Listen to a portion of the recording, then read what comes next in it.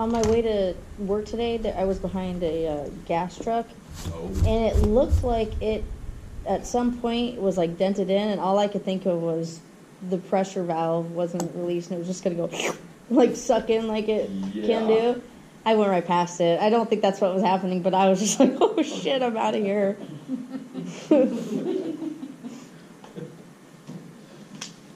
You know, there's what's really bad is as I've gotten older, I've gotten less and less trusting of people actually properly doing maintenance like this, especially airplanes. Now, I'm just, Oh my for gosh. some reason, I just have this feeling that people are not maintaining stuff properly.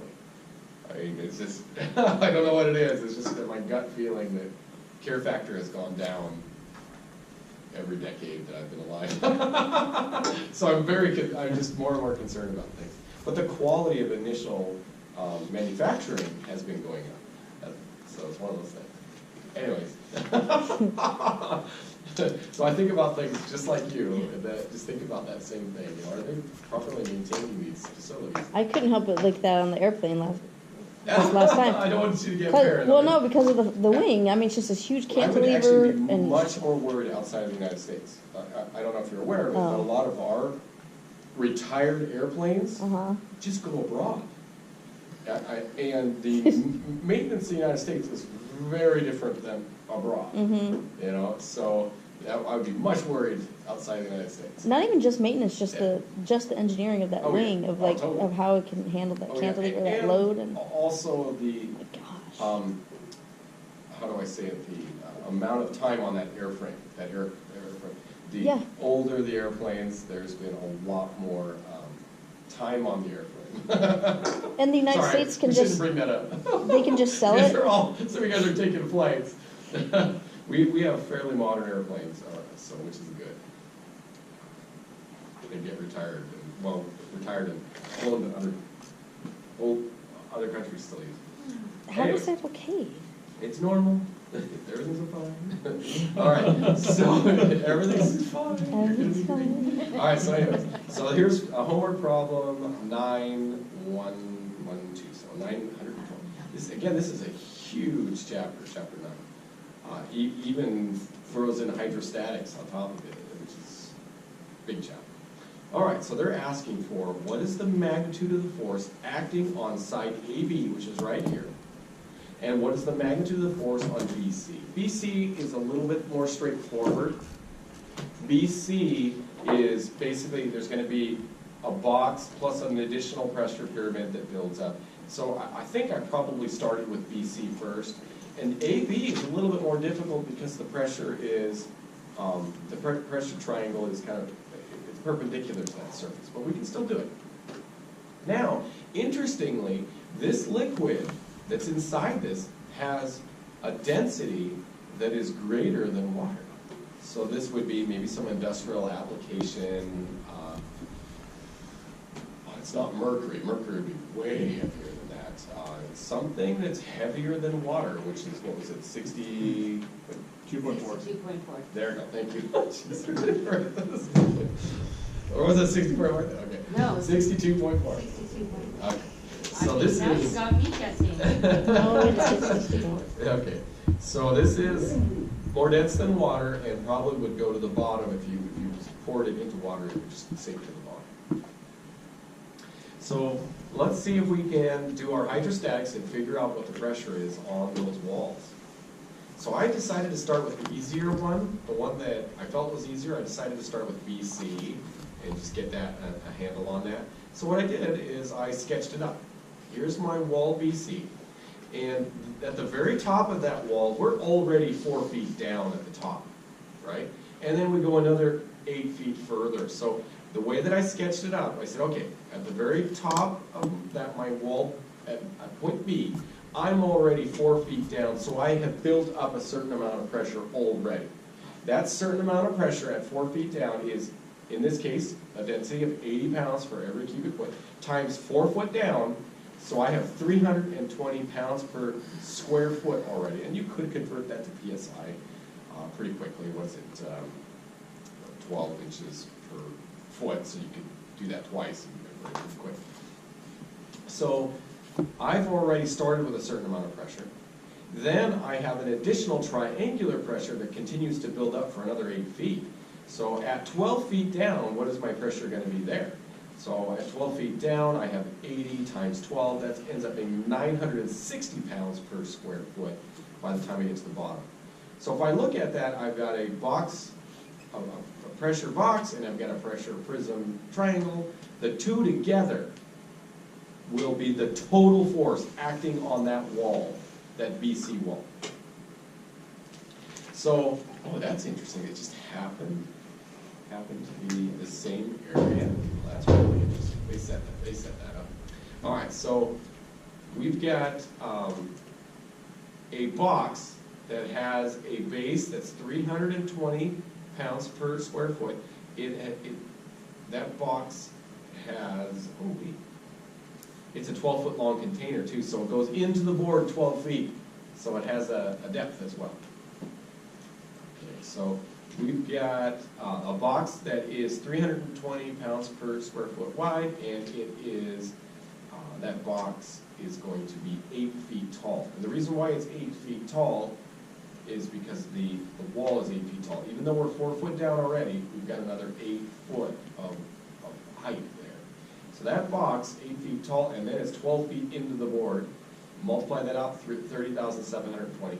This triangular load is 1/2 base. The base is 960, subtract 320, so that's going to get me 640. And it's 8 tall, and it's 12 feet in.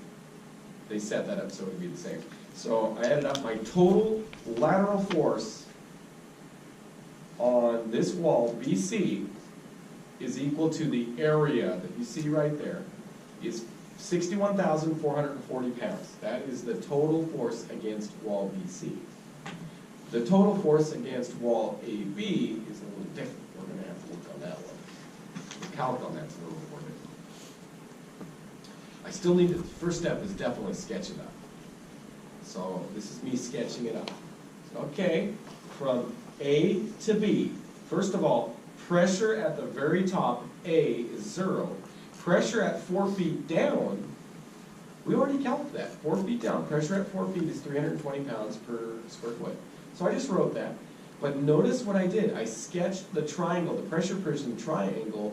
I sketched it so it was perpendicular. The load was perpendicular to it. Exactly how you do it. So I've got a pressure of 320 pounds per square foot at the bottom and 0 at the top. I also figured out what the length of that was by just using Pythagorean theorem, 7.12. That's important because we got to think about this triangle, right? This triangle, the total load against that wall is going to be 1/2 base times height, right? Times the total length into it's like 12 foot long, this thing.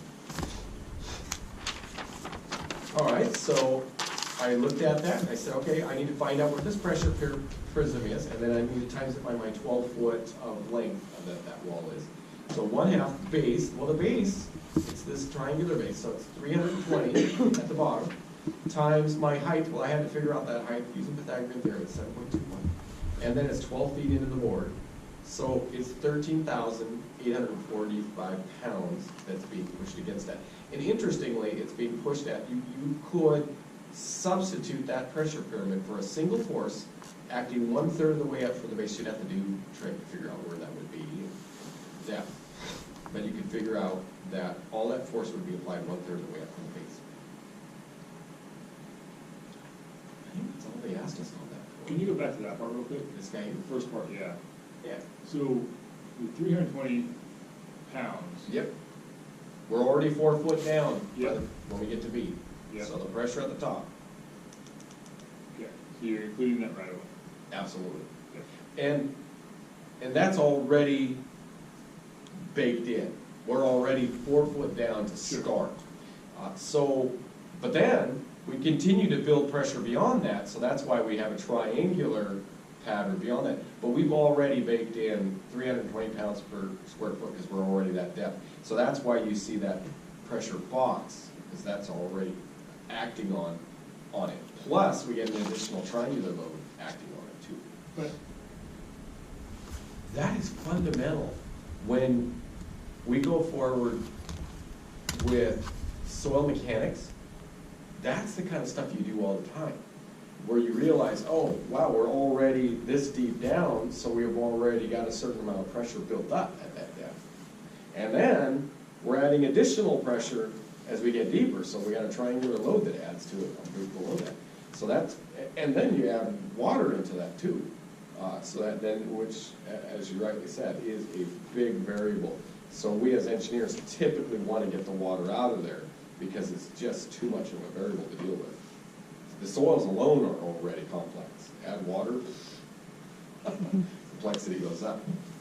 Always drain, if you can, drain the back of your walls. Unless you have a water table that you can't drain, right? Yeah, well, actually, temporarily, for construction purposes, you could pump it so that you draw down the water in that area to do your construction, and then let the water come back again.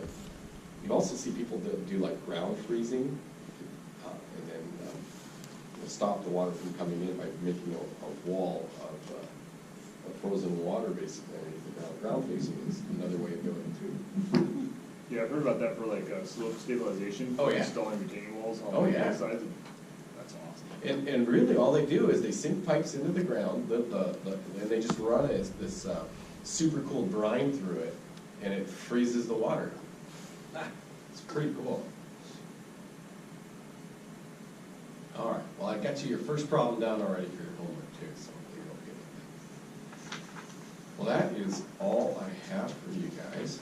And in this hydrostatic stuff is gonna, whether you're mechanical or civil, it is very important. I mean, on the mechanical side, you guys are doing pneumatics, and so hydrostatics is huge for pneumatics. On the civil side, we do so much water stuff, and pressures and waters is huge, and it also directly applies to soil mechanics as well, what we just learned with pressure. Is this the only chapter that covers this, the hydrostatic?